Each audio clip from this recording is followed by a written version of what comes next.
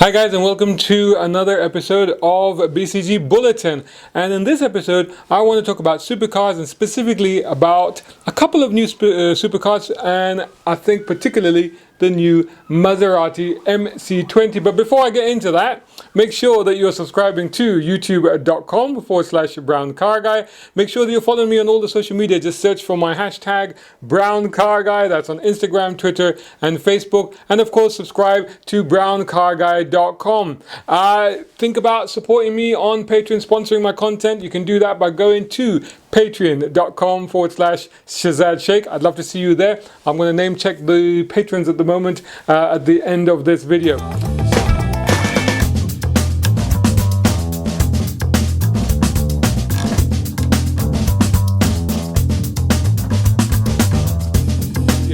So, Maserati. Oh, before I get into that, a friend of mine who regularly watches this content, Zaka, over in the States, has asked a question. So I've got to answer his question. So he's been watching these videos and he's like, are you sponsored by Renault? So in other words, what's with the big Renault poster over your left shoulder there? That's actually me. I mean, I don't know if you could zoom in close enough to see it, but that's actually me driving a, well, it's got a later livery on it, but it was actually a 2002 Renault F1 car, and that was in Paul Ricard circuit. I think it was around 2007 that I did that. That's a whole other story. Maybe I should do a video on that. Let me know if you want to hear the story, and there is a quite a funny story to go with that as well. Let me know if you want to hear the story, and I'll do another video on that. Anyway, back to today and the Maserati MC20. Now, let me start by saying I'm a huge Maserati fan, absolutely love them. I've always been a massive fan of the Gran Turismo. And the Gran Turismo, it's discontinued now, but it had been around quite a substantial amount of time. And to me, it was very much about traditional Maserati values. It was beautiful to behold. It was absolutely gorgeous, sexy as hell.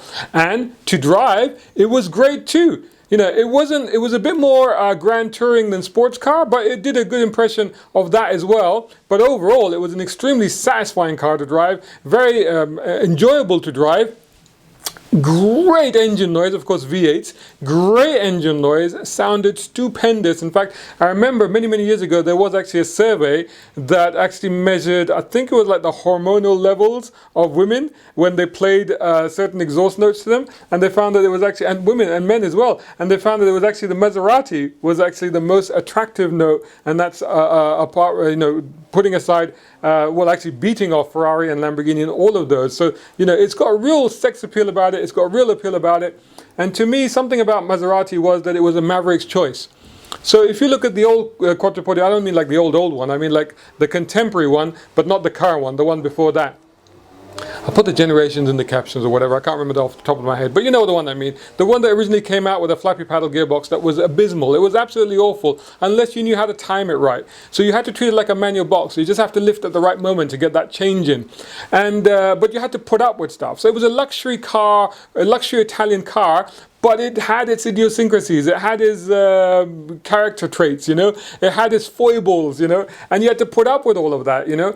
But if you did, you got a beautifully balanced handling car. It was really good for something so big. It handled amazingly well, 50-50 weight balance, really well done. Again, that great V8 note, very much fun to drive, great performance, lot of style, lot of shit, you know, to me, and I admired people that had that car, even though like I knew they got the bad gearbox, but later on they improved the gearbox, but initially it was a bad one, because it said something to me about that person.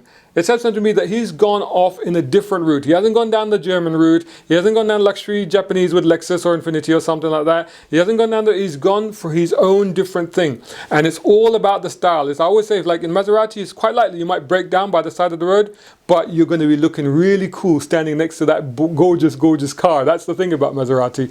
I always equate Maseratis, the M in Maserati to me is always spelt Maverick. That's what I've always thought about Maseratis.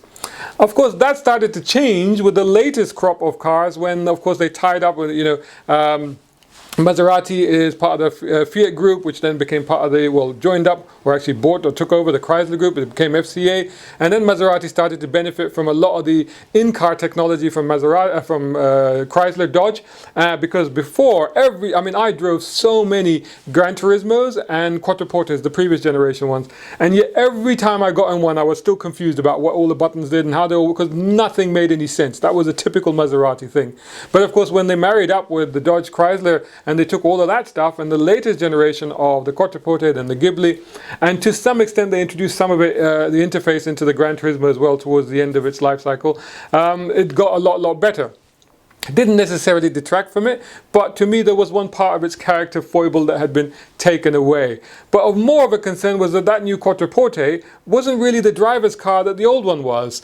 They remedied that a little bit with the Ghibli, because the Ghibli was a very good handling car, or is, I should say, a very good car, and very enjoyable. The Quattroporte, I think it kind of grew and became a bit more luxurious, a bit more comfortable.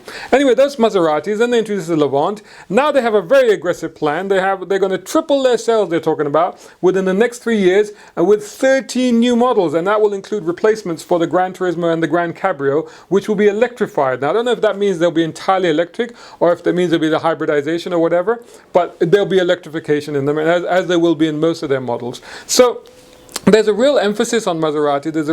They're going to turn Maserati into their premium brand, so to speak, is what they're trying to do. To the expense, I think, of Alfa Romeo, but I'll come to that. And as part of that program, they of course have released just now the Maserati MC20 Supercar. Now this harks back a little bit to the MC12 of 2004, but that was really a redressed Ferrari Enzo, and much the better for it, because in fact the Maserati version was definitely sexier than the Ferrari Enzo.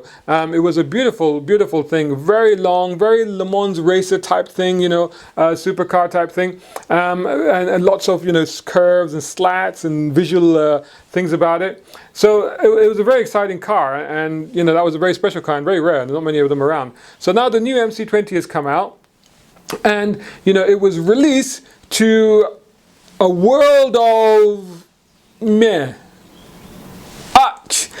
I don't want to take anything away from it, because there's technically nothing wrong with that car. And the car, of course, I want to come to the design in a minute, but the car also introduces the new generation of technology now for Maserati, or engineering, I should say, because, of course, Maserati and Ferrari used to be very, very close. So a lot of the engines were taken from Ferrari and vice versa, well, more from Ferrari, really.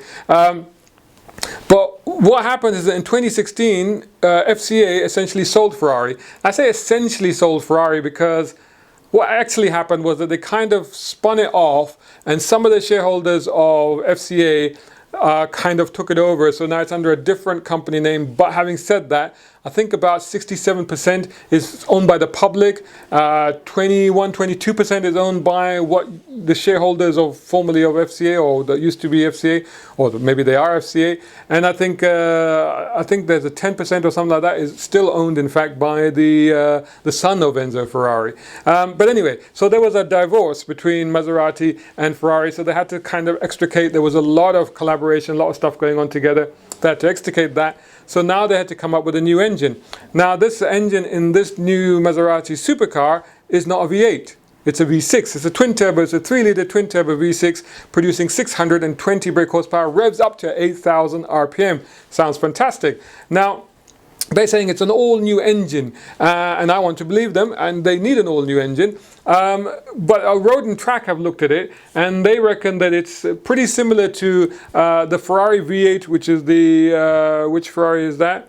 I've got the 154 engine, but with 2 cylinders lobbed off it. So it's like the V8 but shortened. And they've also noticed similarities to the Alfa Romeo 690T engine. Now, that's the one that sits in the Giulia Quadrifoglio, and Stelvio Quadrifoglio puts out about 530 or 530 something horsepower now. But this one, of course, produces 620. So even if it is related to those engines, it's not a bad thing, because it just means that it's proven technology. It's not entirely new, and you wouldn't necessarily want an entirely new and unproven engine, especially from that part of the world. Even the previous V6, I mean, they won't admit it, but I do think the one that's in the Maseratis at the moment, I do believe that that is in a way derived from the fantastically solid and well-proven V6 Pentastar that's from Chrysler. I think it uses the same block, although everything else is different. So there are links, and there always are links, because it's very expensive to build a brand new engine, to design one from scratch, as Gordon Murray will tell you. And talking of Gordon Murray, he came out with that T50, and that kind of split opinion a little bit in terms of its styling, no way in terms of its engineering, because it's beyond reproach. I liked it because it appealed to me. It spoke to me as a successor to the original F1. That's what it said to me, and that's what I think it is, that's what I feel it is, and when I look at it, that's what I see. So I'm quite excited about it, and also the fact that it's a manual car. I mean, in this day and age, he's come out with a supercar that's a manual car, and he's not the only one. In fact, a real surprise came just last weekend, was it last weekend, the weekend before, when Aston Martin revealed a one-off supercar called the Victor with a manual gearbox. Fantastic. And they said that car was derived from the 177 and some elements of the Vulcan Valkyrie in it and stuff like that. But here's the thing about that car. Forget about all the engineering, forget about all the rest of it. It arrived to universal gasp of like, oh my God, that is awesome, I want one. But you can't have one because they're just making one, unfortunately. That's the deal. They're only making one for the one owner that commissioned it. But they got it right. It was something, it did the thing that supercars are supposed to do. I remember when the kids, every supercar that came out, you went, whoa, I want a picture of that on my wall because I can't have it for real life, and I want it in real life, but I can't, so I'll get a model car and a picture on the wall. That's what you would think, right? Nowadays, all these supercars come out and you go, it's all right, it's okay, that's nice, that's not bad, yeah, it's exciting. You know, there's something that they're not quite doing, which they used to do. And that Aston Martin, I mean, let me give you an example. I've got a friend who is vehemently anti-Aston Martin. He hates them. He'll gag at the mention of them. And here is a picture of him taking a picture of the Aston Martin Victor. He was completely smitten with this thing. He went down to see it at the Concourse of Elegance at Hampton Court, and he was like, wow, this thing is awesome. He really, really fell in love with the car. And that's going from somebody who hates them. That's the impact of the correct design language and design philosophy and the presentation of the car. So what about this MC20? Well, you know, when I saw it, it came out, I saw the picture, I thought, yeah, it's okay. That was it. And then a minute later, I'd forgotten what it looked like. I had to go back and look at it again. And I go, oh yeah, it's kind of like a shrunken MC12 that's a little bit fatter. It's like a puppy dog version. It's like a puppy version of an MC12. That's what that looks like. Now, it's designed by Klaus Boos. I actually met the guy a few years ago in Dubai. He was, I think, heading up design at Chrysler Dodge at the time. I think it was Detroit based. I think now he's back in Italy. And he's an amazing guy, huge personality, very charismatic, a lot of passion, a lot of excitement, energy, enthusiasm. Talk to the guy, you really feel like you know what he's talking about and what he's doing. He really completely revamped the interior, certainly, of the Dodge Charger, the Dodge Challenger, really improved them like a millionfold. And you watch the video, which is actually on my channel. I put a video on my channel, which is the official video of him talking about the design of the MC20. And you listen to it, and while you're listening to it, you go, yeah, absolutely, I totally agree with you. I get it. I understand everything you're saying. You are absolutely right. It's making total sense to me. What you've done is genius. It's brilliant. And then you stop watching, and after 10 minutes, you go, what did that car look like again? There's something. There's nothing actually wrong with that car, but there's nothing that reaches out and grabs you and makes you excited and gets your blood going. There's nothing like that does it. And I think that's going to be a little bit of a problem for Maserati, especially with this ambitious plan where they're basically re-evaluating what Maserati means. They're going to turn it into a premium performance luxury brand for that group, which is now, what's it called now? It's FCA, PSA, there's a new name for it. I forgot what it's called. It's something really, really strange. Atlantis or something. I don't know. I'll put it on the screen. Anyway, Salamandra or something like that. Anyway, so it's an important car for them, particularly as they seem to be downscaling Alfa Romeo. I mean, there were planned supercars for Alfa Romeo that have now been canned. All the product plans for Alfa Romeo have been canned. In fact, they only have 3 models now: the Giulia, the Stelvio, and the Giulietta. The Giulietta is about to be canned. The Alfa Romeo 4C, which initially is what I thought that the Maserati MC20 was based on, but it's not. It's actually a bigger car. It's not the 4C as well, which I thought the 4C was great, and it just never never really sold that and marketed it properly, and it was just so underrated. I thought it was a great, I drove it, I was over the moon with it. I thought it was fantastic. You know, it was like an Elise on steroids, you know, like a Lotus Elise. But it never really worked, you know, and sadly it's gone now. It'll probably become a collectible now. So the Alfa Romeo, they're pretty much, I think they're putting it aside. I think there's going to be like more SUVs, but there are no other plans for that brand, which is a shame, you know, because that Giulia Quadrifoglio is amazing, but they seem to be just going in the SUV direction. Anyway, they haven't really managed to get the sales that they were hoping, not just in the European market, but they were hoping in the Middle East market and in the North American market. It hasn't really happened. So they're banking on Maserati. So really with this supercar, they needed to come out with a statement, with something that went, oh my God, Maserati is back. It is awesome. I want one. A little bit like Lotus has done with the Evija. Now the Evija really is an intellectual exercise more than a passion. More, it's, you know, I don't see that as really the Lotus that appeals to me. I'm a huge Lotus fan, as you can see, massive Lotus fan. The things like Lotus Elise and Exige really appeal to me. That car is electrified, it's massive, it's 2,000 horsepower, it's over £2 million. So it doesn't necessarily appeal to me, but on the other hand, I got excited by it. I looked at it, it was different, it was scoops, it was unusual, they'd taken some unusual design philosophy with it, they'd done some things with it, and you go, yeah, Lotus. Come on, Lotus, you can do it. You're back now. This is great. This is what Maserati needed. And I don't think they've done that. I don't think they've done that. And I hope that it will succeed. I may be wrong. Maybe everybody loves it. I don't know. But universally, I've seen that people aren't that excited by it. Unlike, for example, with the Aston Martin, it's literally to a man. I think I found one person that didn't like it. Everybody else loves it. Old, young, whatever. And here's the thing. So why is that? Because of personality. You know, you can call it, there's a little bit of retro feel in the car, but I don't think that's what it's really about. I mean, that would appeal to me, but not to young people. You know, they've fallen in love with that car.